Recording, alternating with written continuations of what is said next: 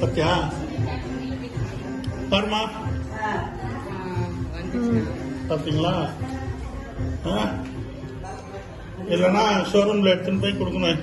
இல்லைன்னா இந்த வேற பின்ன எடுக்கிறதுக்கு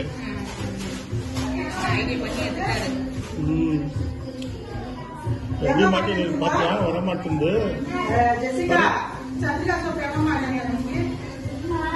எல்லாம் பிடிச்சிக்கிச்சுடா. இன்னொரு பின் இருக்குது. இந்த பின் ஒழிஞ்சிருக்குது. காட்டுது. இது கூட எடுக்கிறேன். இன்னும் இது எடுக்கலாம். ஹீட் பண்ணிட்டு வந்துச்சு பாருங்க.